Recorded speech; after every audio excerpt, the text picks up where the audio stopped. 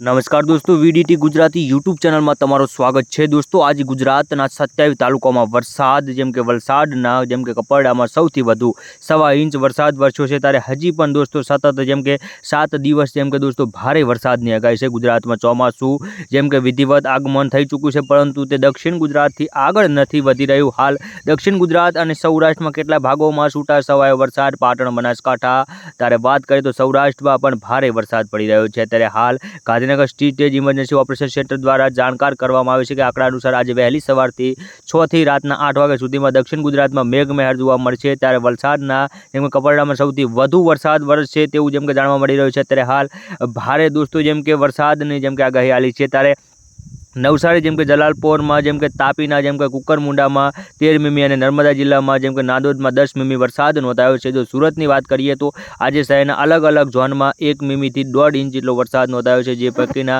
સુરત જિલ્લાના જેમ કે ચોર્યાસીમાં 1 ઇંચ વરસાદ ખાબક્યો છે। આ સિવાય અન્ય તાલુકામાં પણ ભારે વરસાદ વરસ્યો છે। ત્યારે પાટણમાં જેમ કે સૌથી વધારે જેમ કે વરસાદ સાથે દોસ્તો જેમ કે વાવાઝોડું જોવા મળ્યું છે। અત્યારે હાલ દોસ્તો જેમ કે સૌથી મોટા સમાચાર દોસ્તો મળી રહ્યા છે। પાટણ બનાસકાંઠામાં ભારે વાવાઝોડું જેમ કે જોવા મળી રહ્યું છે। અત્યારે હાલ દોસ્તો સતત જેમ કે 7 દિવસ ભારે વરસાદની આગાહી કરવામાં આવી છે।